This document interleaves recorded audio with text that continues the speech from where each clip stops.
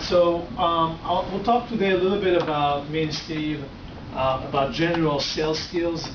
Last time I gave this session was a while ago. I think that it's worthwhile giving out that session, right, Steve? Yes. Good. So we'll pick up. We're identifying seven different sales skills. Okay, 7 different sales skills, and each one of them is by itself. I think a very important skill. You might be good at some of them. So, for example, I have a feeling that I don't know, closing. I know that Alex is good with that. He's like run over people, no problem. But you might not have great open-ended questions skills. Okay, you might have good rationalization. You know how to rationalize things to people, kind of like make them understand. But sometimes you're not really good for identifying the windows of opportunity. When can I strike? Okay, it's like somebody take out this guard. Now is the time to strike and get it done. Okay, and they're convincing. So, and it's all skills, guys. It's all skills, and you're practicing those skills all the time. You don't know it when you negotiate, right? We're practicing those skills all the time, right? Yes. All the time. So, Steve, which one do you want to pick up? Do you want me to start 1? You do 2. I'll do 3. You Sure. do 6. Sure. I'll do 7. You do 12. Okay. Or how do you want to do it? Yeah, that's fine. You want to start? Yeah, go ahead. You start. Okay, with Yeah, open-ended since you're questions. demanding. Yeah, go. Okay. Go over open-ended questions. Okay, so open-ended questions is defined as asking strategic questions to gather information and uncover client needs. There are 2 types of questions: open probes, encourage the client to talk freely; 2 closed probes, such as yes or no questions, limit the range of client's answers. However, such questions can be used to lead the client to a certain direction in the conversation. So obviously, we're talking about number 1, open probes. You want to get them talking. Steve, how do you do it when you get, like, when you're in front of people? For example, I might bring up, I noticed you have a vacancy. Tell me the history about it. You know, Okay, seems like tell me the history is a good. Yeah. I think it's a good open question. You know, for me, as a second, English is a second language, I always love to think about it as those WH questions. You know, remember in grammar, you learn how to like do WH questions. Do you remember? Do you remember, Alex? Who, what, when, why. What? Who, what, when, why, how. Yeah. Why? Where? What? All those questions usually generates conversation.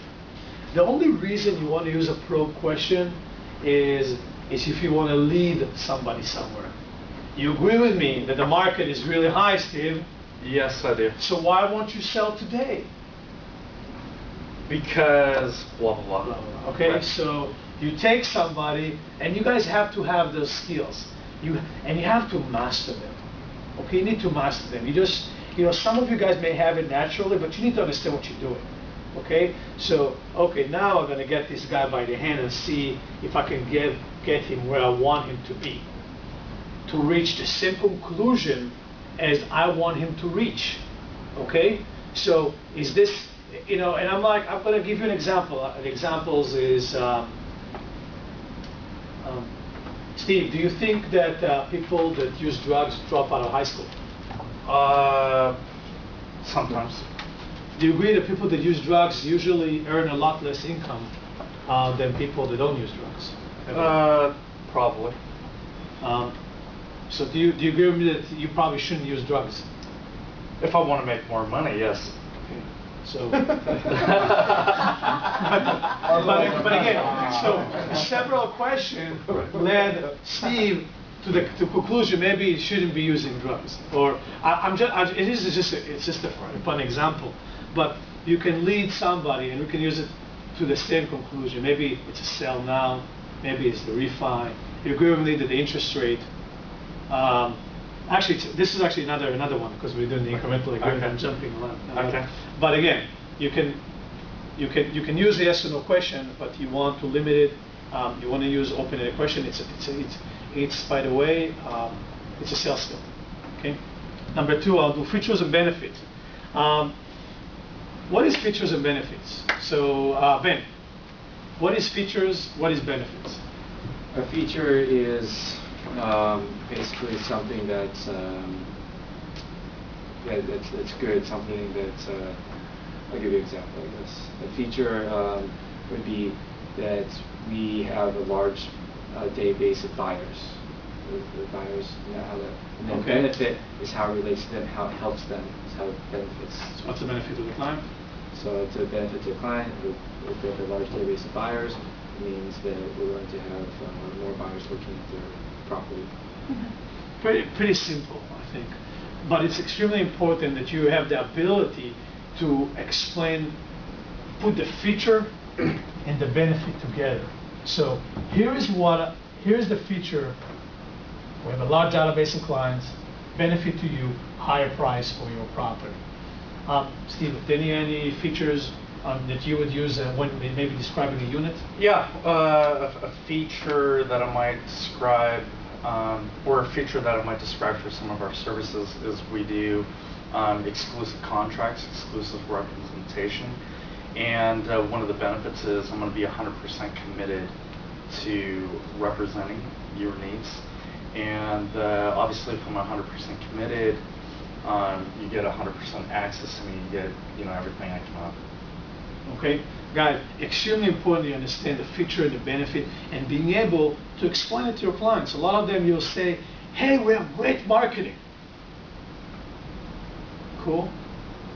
If you don't go to the benefit of our great marketing or our access to buyers or our unique approach, they might lose it.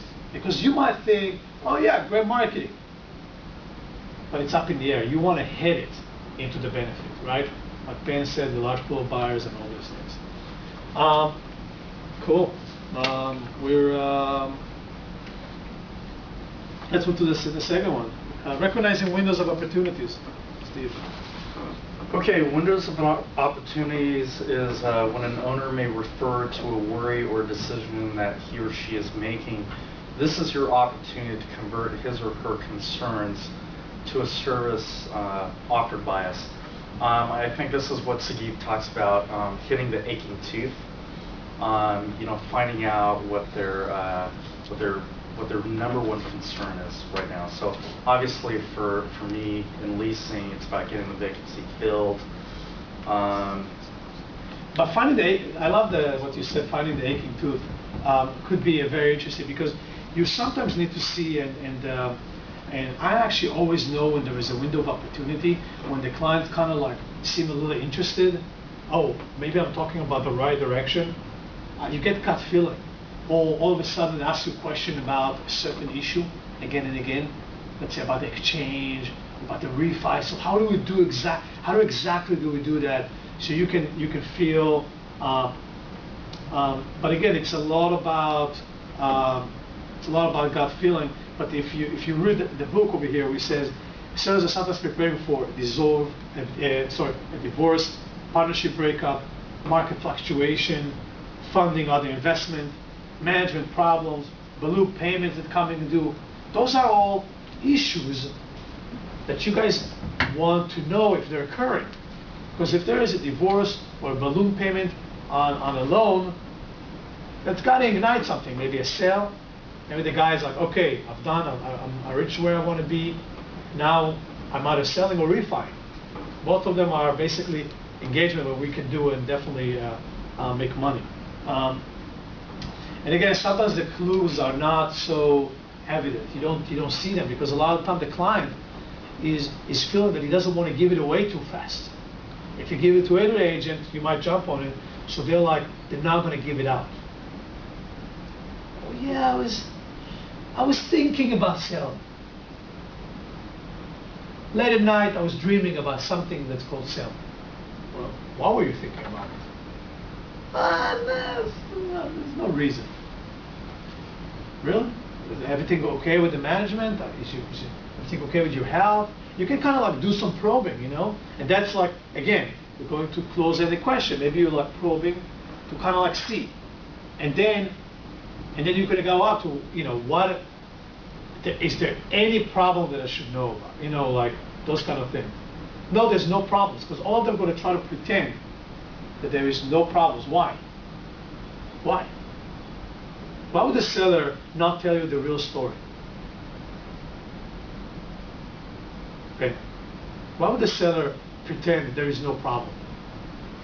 Well, I don't know. I mean, I think, at least my experiences, the seller sometimes doesn't want to let all of his eggs out. He's not going to. He doesn't know, like, if you're the right agent. He's not comfortable enough with you. Whatever it is, you haven't explained to him adequately.